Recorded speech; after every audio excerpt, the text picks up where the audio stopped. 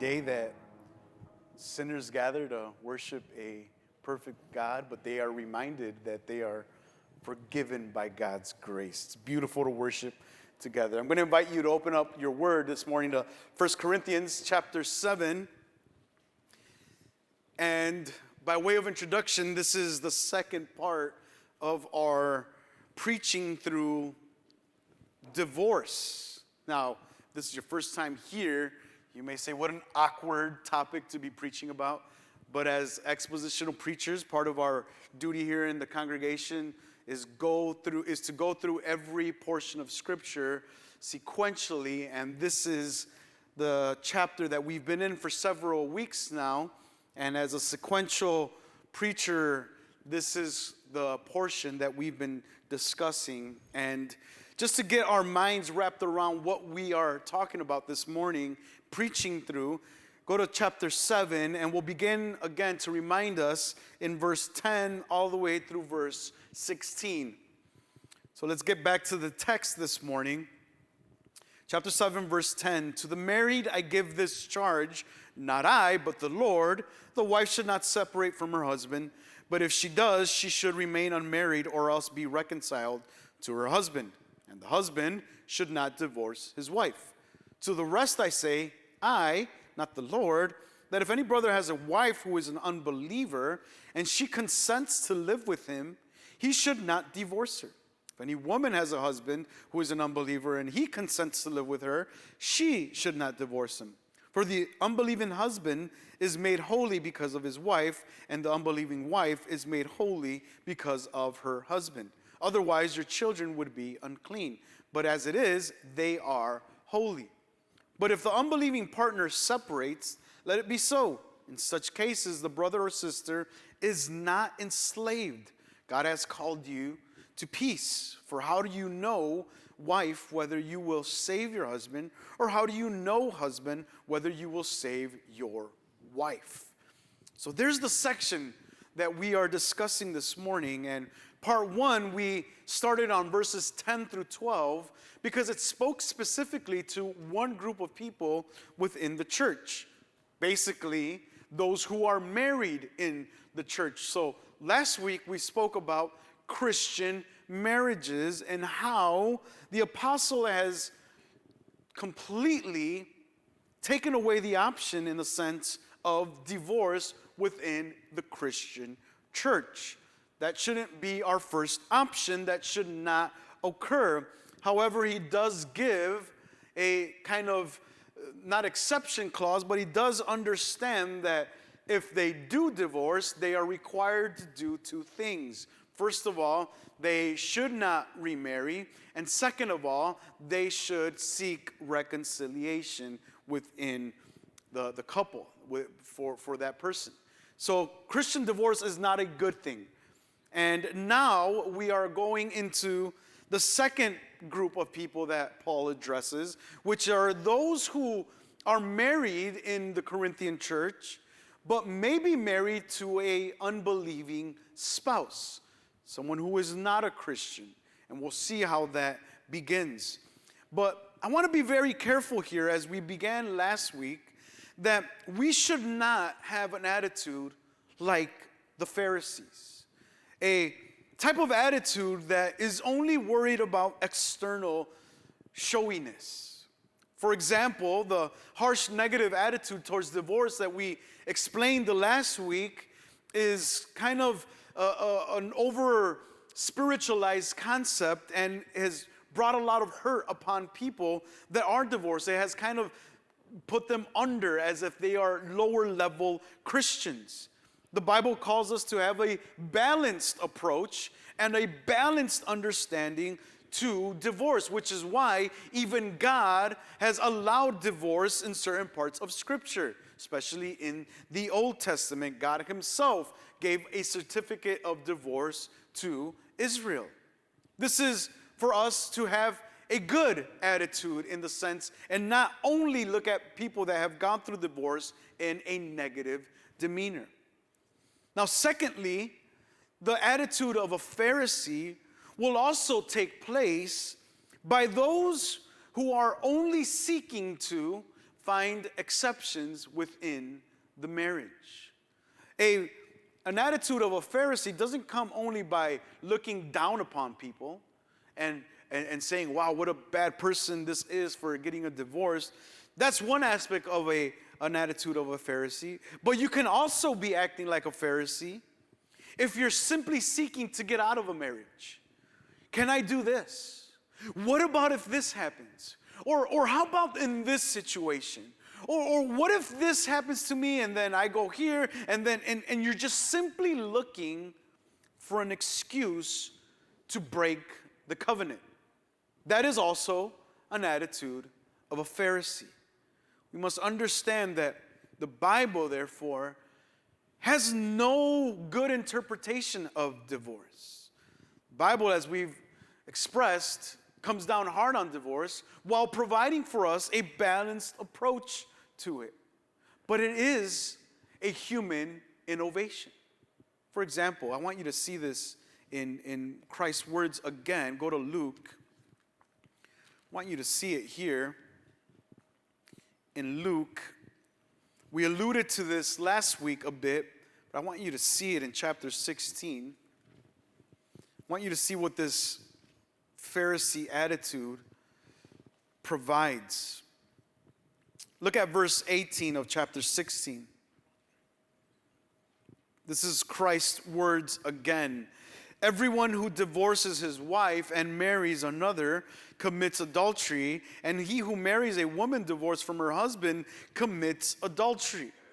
There's a weight and there's a gravity to the situation that should cause someone to examine, especially if you want to get a divorce and you're a Christian, you should be examining your Christian walk, your Christian heart, and what God has been doing in that heart. For example, in that same chapter of Luke, go to verse 14. The Pharisees, who were lovers of money, heard all these things, and they ridiculed him. And he said to them, "You are those who justify yourselves before men, but God knows your heart. For what is exalted among men is abomination in the sight of God." You see, Christ will then, in verse 18, speak on divorce within a context of self-righteousness.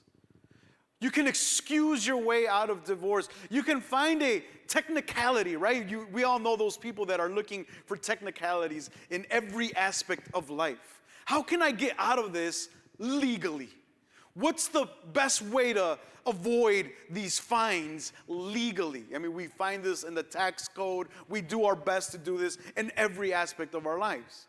We're seeking for technicalities, and Christ is saying, in your technicality of being a legal divorce, of seeking divorce legally, Christ is saying, I know your heart.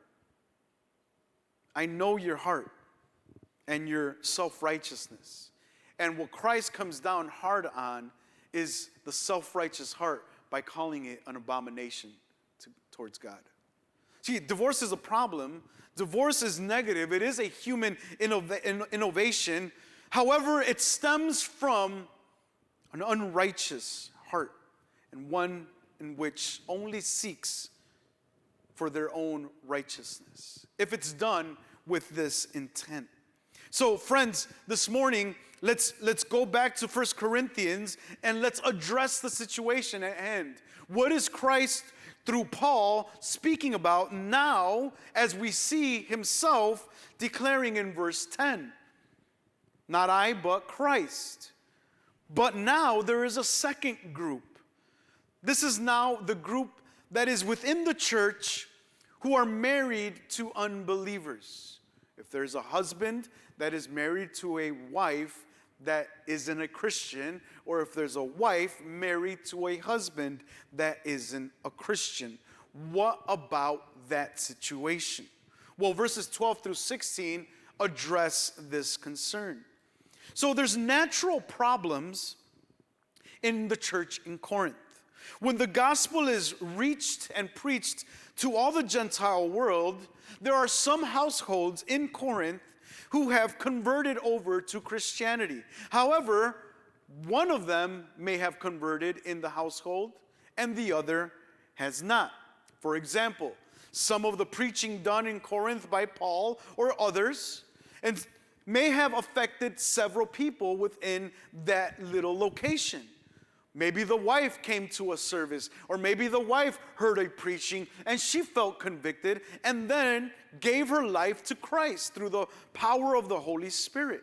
She then returns home and tells her husband all about her new endeavor and all about her new faith, but her husband says, well, that's good for you, but I'm okay the way I am, worshiping my gods. You can have your God, I'll have my God.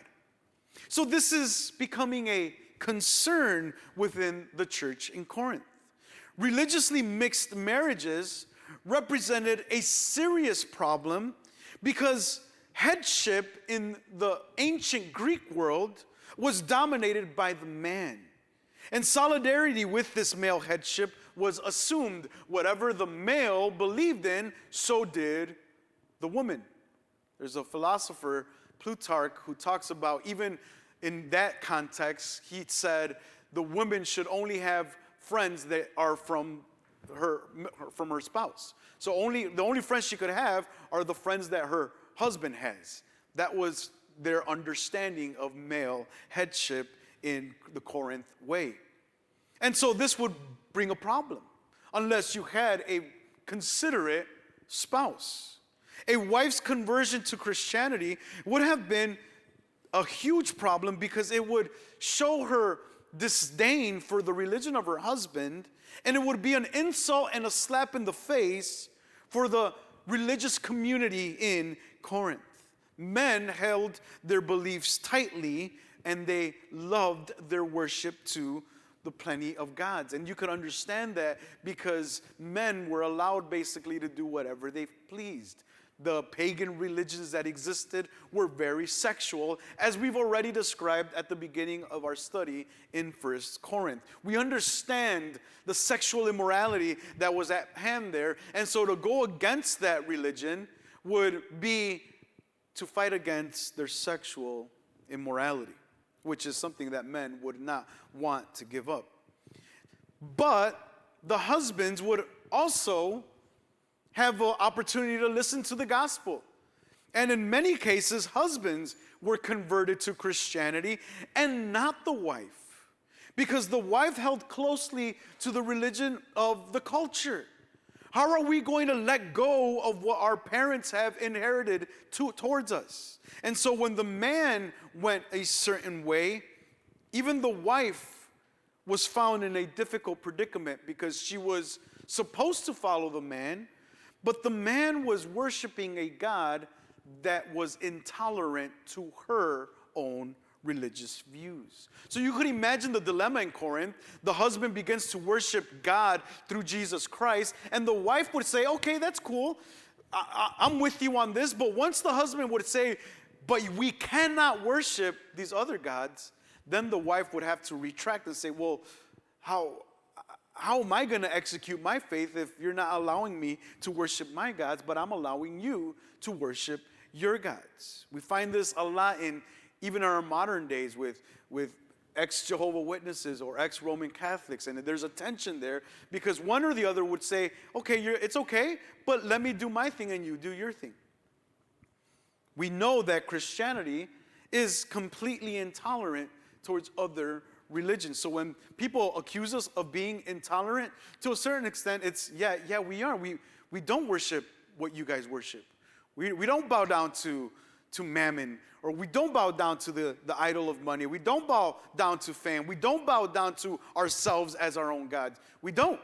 We surrender only to Jesus Christ. This is the faith of the Christian. So there's a natural tension going on here that Paul has to address within the church. What do we do with all these marriages that have one or the other converted in the church? And it's a bigger dilemma within a Jewish household, because Judaism was completely aware of the Old Testament regulations on this clean and unclean spirit. or clean and unclean touch, being defiled, being impure, and not mixing with pagans. In the Old Testament, this was clear. And this is why Yahweh in the Old Testament called Israel to separate themselves from other nations and not to intermarry, which is why we found in Ezra chapter 10 the ability to divorce these foreign women because they were leading the men into pagan worship. This was always the concern for Yahweh over Israel, and multiple times they were stressed throughout the law, you should not marry foreign or pagan women, and do not give your children and your daughters to these pagans, because they will make them worship false gods. So there is a sense of this clean and unclean dilemma that's going on here. The Christian, therefore, in the household, a Jewish convert, if it's a woman or if it's a man, would have in mind, well, what about me touching something that is unclean, which is the touch that we were talking about in verse 1 of chapter 7. Should a man touch his wife? And here it's even more with the pneumatics and the spirituals, the highly spiritual people in Corinth that would say, hey, see, you shouldn't touch a wife, or you shouldn't touch a woman or have sexual relationships with a woman, especially if she's a pagan, because you will be even more contaminated and more unpure. So the question is, should I stay or should I go? Should I stay in this marriage, or should I abandon this marriage to seek purity before God? The dilemma arose a certain level of uncertainty. The new Christian had to deal with this conviction of being with someone that is impure. Will they be defiled? Will they be contaminated? Will their relationship bring them down? And therefore, should they divorce their unbelieving spouse? This Old Testament concept of unclean and cleanliness, therefore, was a reality that was bringing a hard conviction over the church, and which is why Paul has to address this. As Jews believe that the unclean contaminates the clean, when applied to the marriage between believers and unbelievers, one can see how the church was facing this strict dilemma. But however, Paul will teach the contrary in these verses. The clean, for Paul, purifies the unclean. If you simply go back to chapter 7 and look at verse 14, for the unbelieving husband is made holy because of his wife, and the unbelieving wife is made holy because of her husband. And he goes to even say, even their children are made holy. So Paul's advice here flies in front of the notion of Old Testament regulations, which says the unclean will contaminate the clean, which is why they had a lot of purification rituals, which is why they couldn't touch dead corpses, which is why they had to wash their hands, which is why they had to do a lot of things, especially during the intertestamental period, where all of these new laws and regulations on purity came about through the Pharisees. So there was even more intense regulations on the impure. But Paul is saying the pure will make pure that which is impure. So it doesn't go the other way around, kind of like the life of Jesus as we see him walk around in the world and begin to touch those who are unclean. We get a record of this throughout Jesus' life, which demonstrates to us the Christian walk of being in a world and not being in the world, of making the things around us holy instead of being contaminated and polluted with the things that surround us. For Paul, the old cleanliness rules no longer apply to a new covenant people, especially within the church, because of the cross. The only distinguishing factor that the Jewish nation had with the world was their sense of separation and purity. But the cross has erased those borders and has allowed for the integration of the world into the church. The world as far as people, not the culture of the world. For Paul, this was the call to purity and cleanliness is fulfilled in living a godly life while in the present evil age. Do you see the dilemma at hand, even for the Apostle Paul? Whereas these people would have a attitude of a Pharisee that would say, I don't want to be unclean by my spouse, so I'm going to worship God better if I leave my wife or if I leave my husband, and I'll worship God better and more devoutly because now I can be completely clean. And Paul is saying that has nothing to do with clean and unclean. Holiness has nothing to do with who you're married to. Holiness has to deal with your Christian walk, with who you are before God. So friends, in the marriage, although we are called to exhort and sanctify one another, you're going to stand before God by yourself. We've said this a million times. Your mom's not going to be there praying for you. Your husband or your wife won't be there to try to back you up. You will stand before God alone, and God will call you to account on how you walked your Christian walk in this world. So therefore, Paul will begin his assessment and his advice in these next verses of chapter 7, verses 12 through 16. Go back to 12, and we see Paul begin here, to the rest, which is the people that we've been talking about, I, not the Lord. This, again, is a reminder that Jesus didn't necessarily talk to the Gentile world. He was talking to the Jewish nation. He's not saying that Jesus didn't imply this or that Jesus' law wouldn't apply to this situation. And he's not putting his words above Jesus' words. He's an apostle. He is one who is filled with the Spirit. And therefore we should heed his advice, because the Lord didn't specifically talk about this issue with Gentile believers. And so what Paul will begin here to say is, I, not the Lord. And still, we should listen. We should take his advice about marriage and especially how to deal with your unbelieving spouse, because he is one that is filled with the Spirit of God. And he goes on to say, I, not the Lord, that if any brother has a wife who is an unbeliever and she consents to live with him, he should not divorce her. And verse 13 says the same thing, but backwards, with the husband who is an unbeliever. So this is mutual.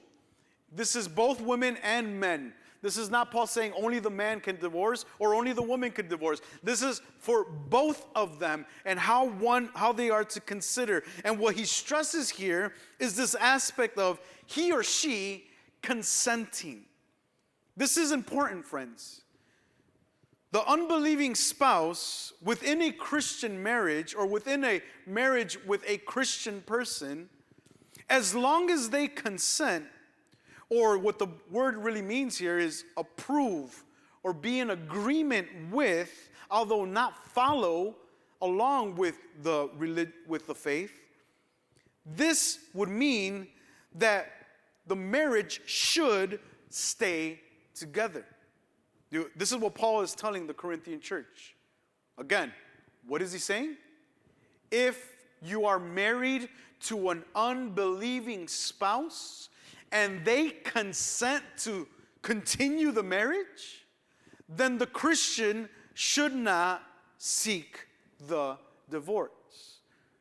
Completely within the context of the Corinthian church, going in the face of many of the Christians in the church at that time who were trying to leave their marriage because their spouse was unbelieving, who were trying to get out of the marriage because their spouse was an unbelieving spouse, he was telling them, no. If they consent, if they're okay and they're in agreement with your newfound faith, then you should not seek the divorce, for they consent. Stay together with them. It's okay. You will not be contaminated by their paganism. You will not be defiled. You should not decide to divorce if they don't want a divorce. And then verses 14 and 15 will hammer that down a little bit more. Why not seek divorce? Why not seek to leave this marriage? But Paul, the problem is, like, my wife doesn't allow me to help out, be a diakonos in the church. I can't do what I would love to do in the church because I have limitations. My wife or my husband are bringing limitations. Paul would not say, okay, well, in that sense, if they don't allow you to do that, then okay, then you can leave them. No, here's Paul's advice for those people. In verses 14 and 15, should they seek divorce? No. And here are two reasons why. The first reason we find in verse 14, which we already alluded to. For the unbelieving husband, and vice versa, is made holy because of his wife. And the unbelieving wife is made holy because of her husband. The Christian, for Paul, sanctifies the unbelieving marriage. It becomes a lawful marriage before God because of the Christian. Christians have the spiritual opportunity and power, and what Paul will later say, the dunamis, to make the spouse holy. In this context, to make comes from a perfect verb in the Greek, which implies that their present condition has been established by something that has already occurred in the past. Therefore, the Christian wife or the Christian husband has the opportunity to set up a marriage in the sphere of God that can bring her husband or wife to holiness. It's a sphere where the power of God operates in the marriage. Therefore, the believing spouse is not defiled when they touch that which is unholy. This is the same thing Peter says. Peter will repeat this again by stating that the woman can minister to the unbelieving spouse and bring them to Christ. It isn't a promise. It isn't a totality or 100% guarantee that if you stay in the marriage, your spouse will become a Christian. But there is a sphere of holiness that you provide for your marriage, and even your children will receive it. Think about this. A Christian sanctifies the spouse. Even in a Christian marriage, a normal Christian marriage with two Christian people, spouses are called to sanctify each other. Think about that. If you're a husband, how are you sanctifying your wife? If you're a wife, how are you sanctifying your husband? It's not that you're gonna provide the salvation for them. It's not that you make them saved. It's that you are sanctifying them with your Christian walk. You're in a Christian sphere. You're in a place where God operates. This is why it's critical to understand the marriage that with a Christian and an unchristian is sanctified before God because of the believing person. For example, I've had to counsel people, and I remember sitting down in some counseling appointments where there's a couple that comes to me and they want advice and help for their marriage, and I talk to them, and the first thing I ask, how long have you been married? Oh, well, we're not married. And so I'm like, wait, so, oh no, we've been together for 10 years, but we're not married. Oh, you're not married in the church? No, we just never gotten married. Oh, okay, so you want advice, biblical advice, on something which is not biblical. So like nothing that I say will be of any fruit because the couple themselves are not within the sphere of holiness. So what we're trying to get you to see here is that even if you are Christian with an unbelieving spouse, your Christianity provides a legal or Christian value to that marriage, where I can counsel you and your husband and pray that the power of God begin to operate. Whereas if it wasn't a legal marriage before God, whether it be through the state and through the church, even by being married by itself, then it wouldn't matter because it's not even a marriage. It's just living together. So this is what Paul is saying. You have the opportunity.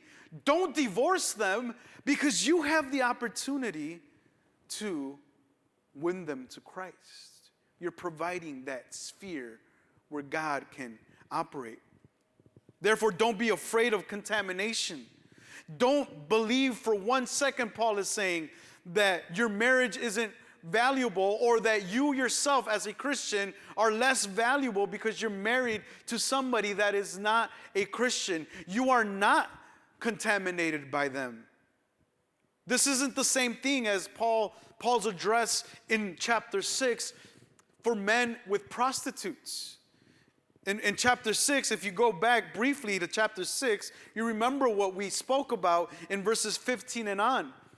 Paul says, do you not know that your bodies are members of Christ? Shall I then take the members of Christ and make them members of a prostitute? Paul says, never.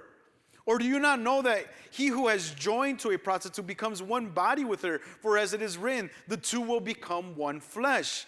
But he who is joined to the Lord becomes one spirit with him. You see, there's a difference. If a man unites to a prostitute, as a Christian, goes with a prostitute, one can't say, oh, okay, well, he's making her holy according to what Paul has already stated. No, because that is not a lawful union. It is a sinful one. So therefore, Paul says, you will contaminate yourselves. Don't think for a minute that as a Christian, you can purify a prostitute by sleeping with her.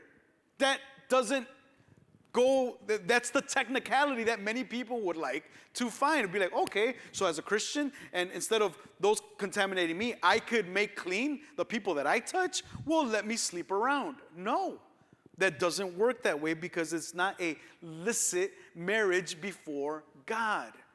You see, the thing here is that Paul will go strong later on yoking yourself with an unbeliever. That's post-Christianity.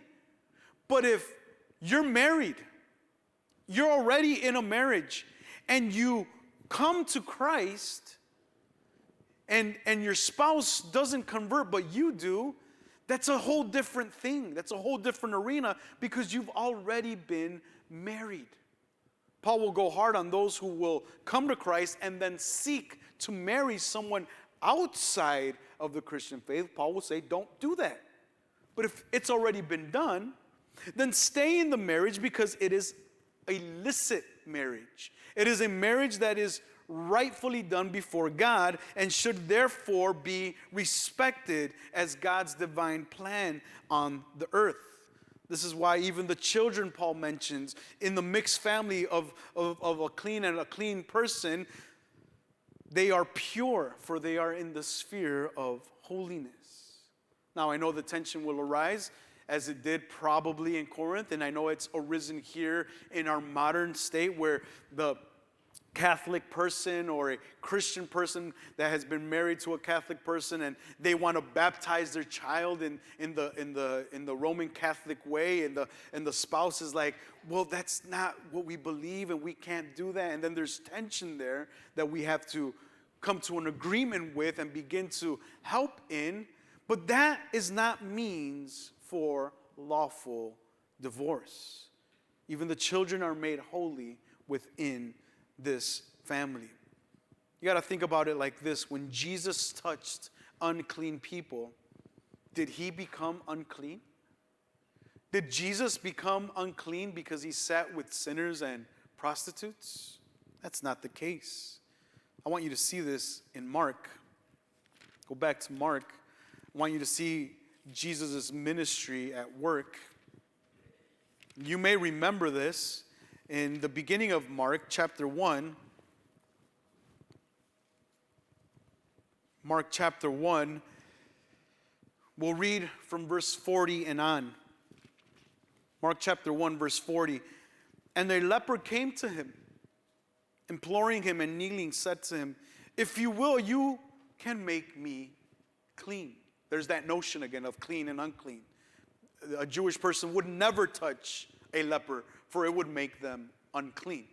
That's why lepers were cast out of the city, outside of the walls, or usually found on the floor begging and dragging themselves across the city to find food and nourishment, because no one wanted to touch them. They were dogs of society. 41, moved with pity, he stretched out his hand, and what does it say? He touched him and said to him, I will be clean. And immediately the leprosy left him, and he was made clean. And Jesus sternly charged them and sent him away at once and said to him, see that you say nothing to anyone, but go show yourself to the priest and offer your cleansing for your cleansing what Moses commanded for proof to them. Jesus here in his ministry made him clean by simply touching him. Was Jesus therefore contaminated? No. What was Jesus teaching here? That even the least of these deserves grace. The least of them. Even those that society has rejected completely deserve a touch from Christ. Do you believe that your spouse doesn't deserve that touch from Christ? Or is your spouse that bad that they don't deserve grace from God? Only you do? Jesus, through you, can touch your unbelieving spouse. By God's grace, the marriage between a Christian and an unbelieving spouse is given this rightful status before God and should thus be nurtured and protected and not abandoned. Paul is basically saying, stay with your husband. Stay with your wife. And again, the technicalities that we like to bring up in our modern culture, although are difficult and questions will arise through all of this, Paul is not speaking about domestic violence, domestic abuse within the culture, which Paul goes hard on in other books in the Bible, which Paul wouldn't approve of anyway. Paul would not want the spouse of someone who is physically harming them to remain there, allowing themselves to keep getting beaten. This is not what Paul is talking about, and it's not something that we would also encourage. That is a separate context for a separate discussion. What Paul is saying here is that those who are seeking technicalities to get out of a marriage are sinful before God. Stay with your marriage and allow God to do his work. The second aspect of this, you stay with your marriage because you can make the person holy, is the first part. And the second part we see at the end of verse 15. God has called you, in verse 15, the last part, God has called you to peace. That's the second reason you have to stay in your marriage, or you should not seek divorce. Paul goes to their calling. You've been called to peace. Rash decisions may cause chaos and disorder in the community, home, and church. People just started divorcing one another. Can you imagine the chaos that would cause? What about all the children that were there in those families? What would happen to them? And Paul is reminding them, hey, as a Christian, you're called to peace. And a decision like this will immediately be conflictive with your Christian walk. Paul discourages them from causing strife by stubbornly clinging to a marriage that an unbeliever wants to dissolve. This is the other side of the coin. If the unbeliever wants to leave the marriage, wants to separate, this is why he earlier said, if they consent, stay. If they don't consent and the unbeliever wants to leave, then the Christian has no reason to cling to the marriage, to be enslaved, as he will say, to the marriage, or cause disruption and disorder in the marriage. They're called to peace, and we'll talk about that a little bit more in a bit. Peace means what everybody understands by this. It's not causing any conflict. If they were peaceful before they became Christian, why wouldn't they continue in that same peaceful attitude? I know that strife may arise between differences in faiths, but if you loved each other before the marriage, before the conversion to Christianity, what, did you immediately fall out of love when you became a Christian? Wouldn't that make you love your spouse even more because now you understand the love of God? This is what Paul is talking about in the Corinthian church. Don't leave them just because you became a Christian, because if you weren't a Christian, you would have still been with your spouse. Christianity should not be used as an excuse or as a weapon to divorce your marriage. How ironic would that be? Pastor, I just became a Christian. I love God. I'm serving God. I'm a Christian. I love this Christianity and this faith has changed my life. Oh, Pastor, I love church. I love Jesus. I love reading his word. But my wife is not a Christian, so can I leave her? It's not making me feel right. Well, how ironic. You're a Christian, brother. You got to love her even more. And you got to serve her and sanctify her. Peace is the opposite of division. Remember what the word divorce means? Complete separation, division. And this is what Paul has been arguing against from the very beginning. Later in chapter 14, he says, "For God is not a God of confusion, but of peace, as in all the churches of the saints." God calls his people to peace. Peace is also a reminder, as we stated, of their calling. They were called in peace by Jesus Christ. Jesus didn't wage war against the sinners. He didn't fight with them and bring them to war and then bring them to himself. He saved them in their sad state by providing immediate peace between them and God. Therefore, as a Christian, Paul is saying, you have to live at peace and in peace with your unbelieving spouse because you were called in peace. It requires living as peacemakers. To divorce means that they add to the chaos of a lost world and lose the opportunity to minister to their unbelieving spouse by causing war instead of peace.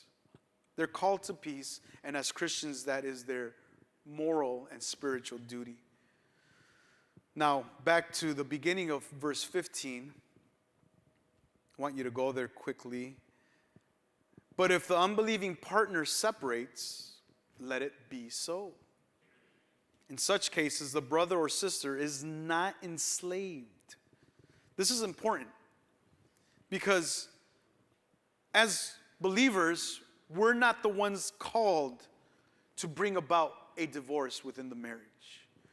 The unbelievers, on the other hand, are the ones who have this, if we want to call it, upper hand in the marriage. If they're the ones that seek out divorce, what is the Christian to do? Can you imagine going to the pastor or going to Paul and be like, "Paul, I'm a Christian. My spouse is not a Christian. I want to be faithful to God. I don't want to get divorced. I don't want to seek divorce, but my husband wants to divorce me. What do I do then?" Well, Paul says, in this case, it is lawful. You're not enslaved to that person. Paul makes the decision of divorce dependent on the unbeliever. Christians should not try to coerce an unbeliever by trying to make them or force them to stay within the marriage, which is why Paul said earlier, if they consent, then stay in the marriage. But if they want to leave, don't twist their arm or don't try to put voodoo on them and say, "If you leave me, the curses of God are going to fall on top of you." No. If they want to leave, allow them to go. They are not required to put all their effort into forcing their spouse to stay. They should not put their efforts in manipulating the relationship. Paul calls them to peace. If you do that, you are not bringing peace at your home. Instead, you're waging war. And this has a lot of implications to it, friends. There's a lot of difficulties here. But one thing is clear. If the unbelieving spouse wants to separate, let it be so, says Paul. The continuation, therefore, of the marriage depends entirely on the consent of the unbeliever. The Christian has no grounds to initiate divorce, but if the unbeliever wants to leave, they are not, what he says, enslaved to the marriage. If the unbeliever chooses to separate, the believer is not under bondage, under chains, not enslaved. This is the same concept he uses in verse 39. Go forward quickly to chapter 7, verse 39, and we see it again. If a wife is bound, there it is, bound to her husband as long as he lives, but if her husband dies, she is free to be married to whomever she wants in the Lord. Basically, the concept of being enslaved or bound together only exists within the context of marriage to a believing spouse, to believers. And as long as they're alive, they're bound together. Paul says, once the believer dies, then you're no longer enslaved to him and can remarry. This is the same concept here. So Paul reiterates this by stating they can remarry because they're not enslaved to that person. What Paul is saying is that upon desertion by an unbeliever, the believer, therefore, has the ability and opportunity to remarry. Remarriage is permissible when a believer is deserted by their unbelieving spouse. That would be the question that would come across in many contexts. Pastor, my husband left me and divorced me, and I signed the papers. Can I remarry? Well, the answer is yes, if you didn't initiate it. But it also shouldn't be your immediate concern, which would be a little bit, as the young kids say, sus. Like, well, wait, your unbelieving spouse divorced you, and you want to get married next month with somebody else? Well, hold on, what am I missing here? Something must have happened. So you can't get by quickly like that around here. We know people, and we know the tricks of people, and we were all sinners, and we're all sinners, and we know how to try to coerce the system, right? So if you were to do that, I'd be like, interesting. Let's sit down and talk a little bit more about this new husband you are pursuing. Like, something's up here. Again, bringing a little levity to the situation, bringing it back to the strictness of what we're talking about, Paul allows for remarriage when the unbelieving spouse deserts. He says, let it be so. It's an imperative command. As he says back in verse 15, but if the unbelieving partner separates, let it be so. That's an imperative verb. Usually we find imperative verbs on strong exhortations from Paul. But Paul here is exerting an imperative force on allowing the unbeliever to leave. They want to do it. Let it go. Don't coerce it and don't fight for it if this is what they desire. And then finally, the last verse here, as we begin to summarize this, Paul says, how do you know? Your wife or your husband, how do you know whether they will be saved? You see, the meaning here is that your marriage with an unbelieving spouse is a marriage converted into a missionary marriage. You're on a mission to convert your wife. You're on the mission to save them. And you're on a mission to demonstrate what it means to be a Christian.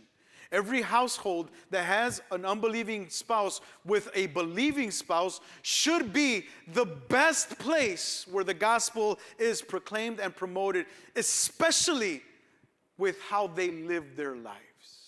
You preach it and you show it. You walk the talk, right? You don't just talk the talk. You walk the walk. The Christian home, therefore, becomes a place where salvation can come. The believer becomes the avenue by which the gospel is preached. The best thing the Christian could do with an unbelieving spouse is love them and evangelize them. Don't make them feel guilty for not being a Christian.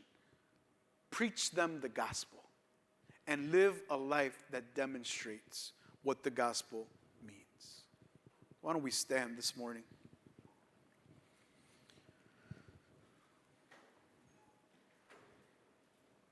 As we approach the table this morning, Pastor Henry's going to be leading us in the table in a bit.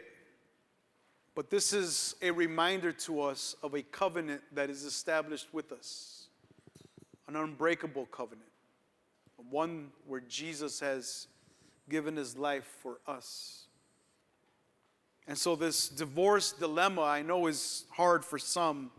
I know there's a lot of questions, and I'll be writing some articles about this for the church as time goes on, because I want to be really clear about this. And again, I'm here if you have any questions, Pastor Henry, Pastor Jay-Z, we're all here to answer your questions about this. There may be millions of them, but let me just summarize it briefly.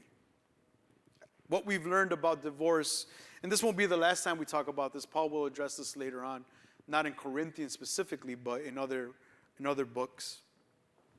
What we've learned so far is that believers in the church should not get divorced. If you're a believer, you're married to a believer, and you're both professing Christians, and you both have demonstrated the fruit of salvation, you should not get divorced. But if you do, the reminder is that you should remain unmarried. And in that unmarried state, seek reconciliation.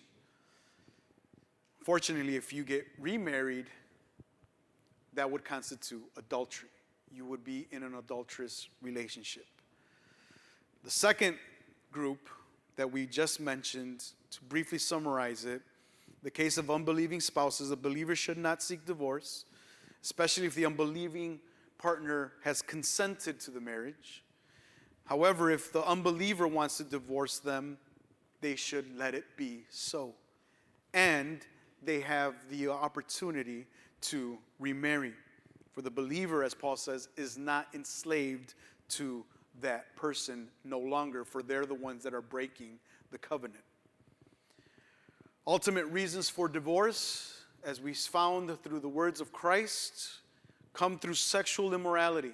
And this is wide scope, and that word is wide scope, as we've learned about it in chapter 6 of 1 Corinthians. But here, the only cause for a lawful divorce within a Christian home is adultery, incest, or illicit marriages, including homosexual relationships. So, for example, if there's a homosexual relationship that believes they're Christian and that they want a divorce, and first of all, that divorce for us as a Christian church wouldn't even matter because the marriage itself is illicit. It's not lawful. Or if two people are living together that have never been married, don't want to get married, aren't legally married, and want to separate, well, that wouldn't be a divorce either because they were never illicitly married before God or before the law.